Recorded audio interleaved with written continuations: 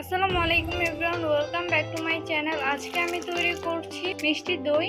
মিষ্টি দই তৈরি করার জন্য এখানে আমি 2 লিটার দুধকে জাল করে 1.5 লিটার করে নিয়েছি। এটার মধ্যে সর যেন না পড়ে সেজন্য অনবরত নেড়ে চেড়ে দিতে হবে। এবার দুধের মধ্যে দিয়ে দিচ্ছি 1 কাপ চিনি।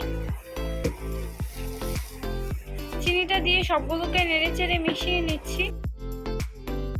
একটি বাটিতে কিছুটা দুধ নিয়ে দিচ্ছি, অল্প পরিমাণে জর্দার রংটা দিয়ে ভালোভাবে মিশিয়ে নিচ্ছি।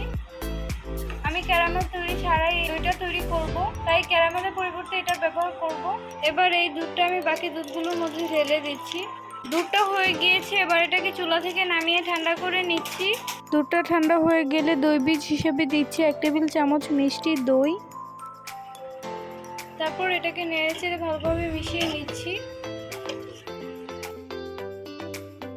দুধটা আমি এরকম কাপে সেট করব, তাই এখন দুধের মিশ্রণটা এর মধ্যে দিয়ে দিচ্ছি।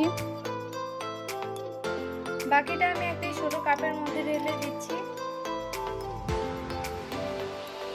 এবার এগুলোর মধ্যে পেপার দিয়ে ঢেকে দিচ্ছি। পেপারের উপরে একটি কম্বল দিয়ে ঢেকে দিচ্ছি। আমি এটাকে আগুনের তাপে দিব না, এটাকে সারা রাতের জন্য এভাবেই রেখে দিব। সারা রাত রেখে দেওয়ার কারণে দইটা কিন্তু ভালোভাবে সেট হয়ে গিয়েছে। দেখুন, উল্টো করলেও পড়ে যাচ্ছে না। তৈরি হয়ে গেল একদম সহজ পদ্ধতিতে মিষ্টি দই। এই গরমের মধ্যে আপনারা ফ্রিজে রেখে এটা ঠান্ডা করেও খেতে পারেন।